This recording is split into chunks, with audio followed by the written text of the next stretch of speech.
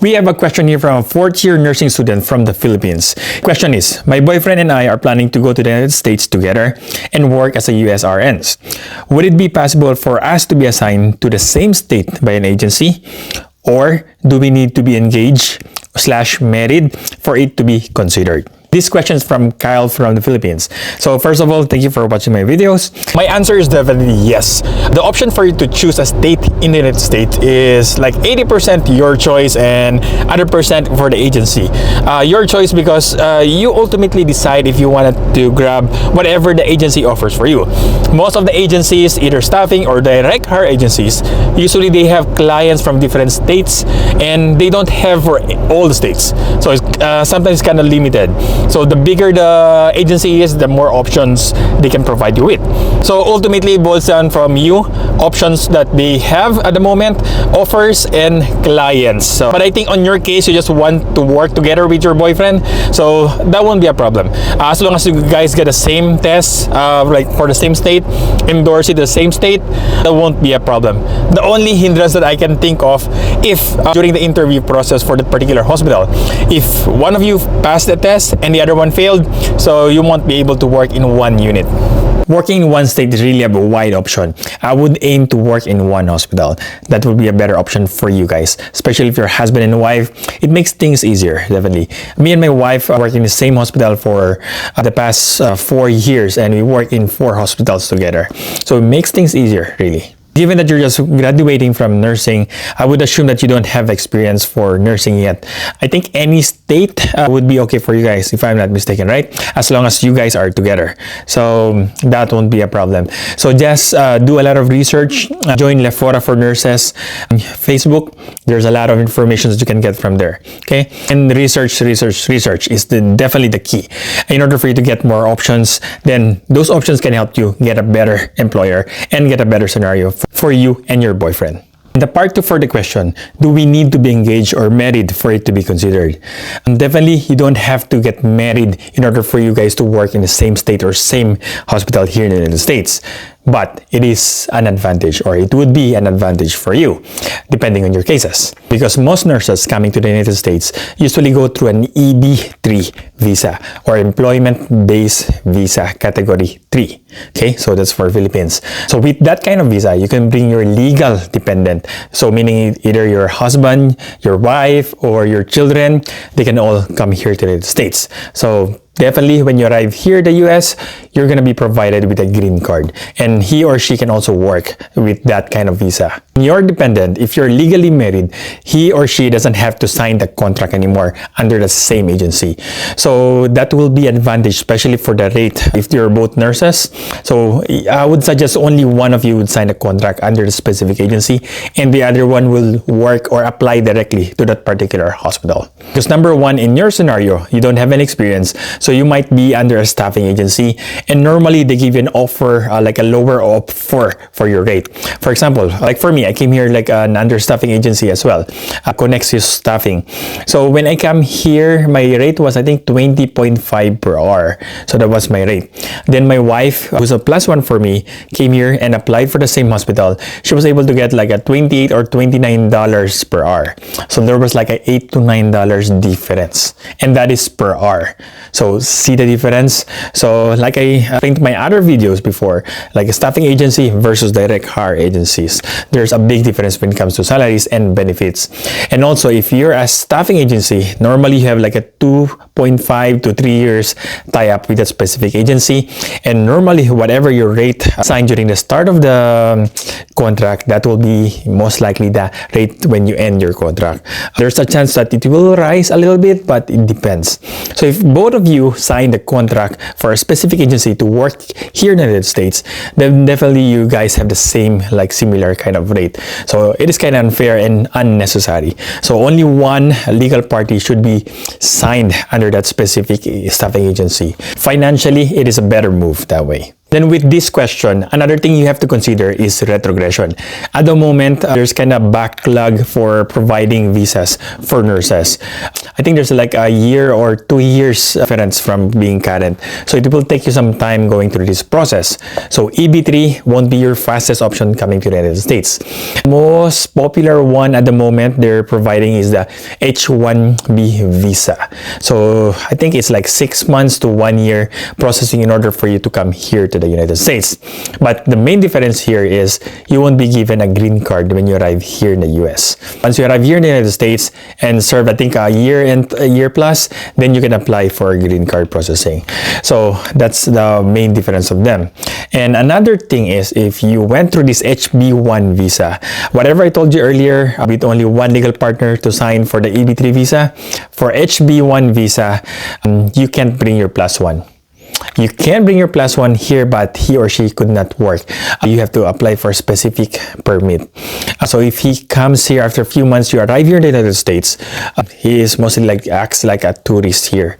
So it helps in a way, but it's better to come here with an EB3 visa in order for you guys to work all together immediately when you arrive here in the US. But if you guys are still not married and you are still having doubts about getting married because of processing coming to the United States, you can get H1B visa and come here. And with this kind of visa, you guys have to sign it together. So you guys have to be on the same agency, then apply with the same case manager, ask them for specific conditions wherein you would like to work in the same hospitals. So usually that is definitely doable. So just communicate and ask them and then request for your case manager to process on your liking. Number 2 question. A professor of mine mentioned that some agencies will hire nurses even without experience. Is that rare for agency to hire without bedside experience? Definitely, it's not rare. There's a lot of staffing agencies who normally hire nurses without bedside experience. But of course, if you don't have an experience, other agencies or other hospitals would prefer clients that has. Okay, so there's always a competition for that. And fortunately, you'll definitely most likely fall under a staffing agency, meaning you're gonna have the lower benefits versus applying for those direct hire agencies. But as a starting point for your career as a nurse, it will be better to start here in the United States versus elsewhere. Normally, if you don't have an experience coming to the United States, you will most likely be placed in like a nursing home or less acute setting. So either nursing home, home care, or sometimes a rehab setting. So those are the common places where nurses without experience usually go to. So those might be your options as well, or your possible routes. The only thing with nursing home is some people would like it, some would not. And honestly, based on the complaints that we receive from Lefora, a lot of people who are directed to a nursing home usually have a unsafe setting. So that's the common grounds that we have. There's more complaints for nurses working in a nursing home versus in like hospitals. So that's definitely a scenario for you. So there are good nursing homes where it would be a good starting point for you, but there are a lot more wherein it's not a good place to work. So just be mindful, get some more permissions, do some more research, and hopefully you can find a nursing home wherein you could have a better starting point. The main thing that could help you definitely here is for you to get experience back home in the Philippines.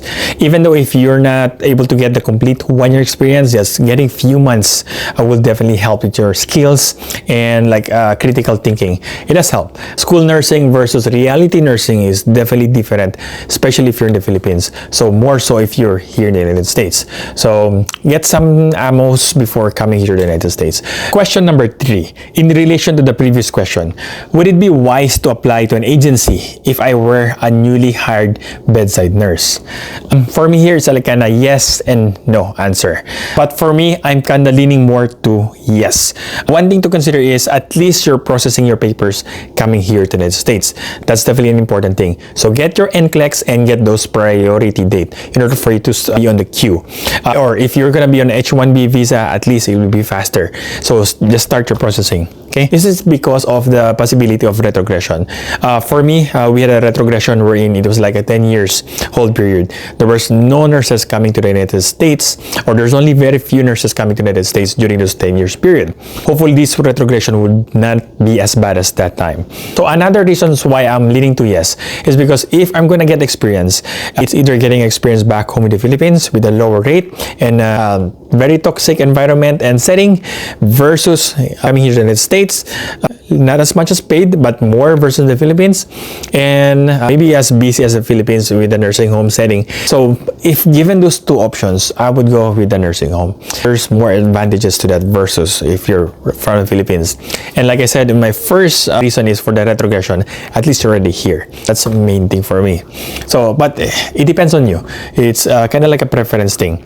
And also one more thing, even if you already applied coming to the United States, it doesn't mean you're gonna be here within a month or two. It will take time.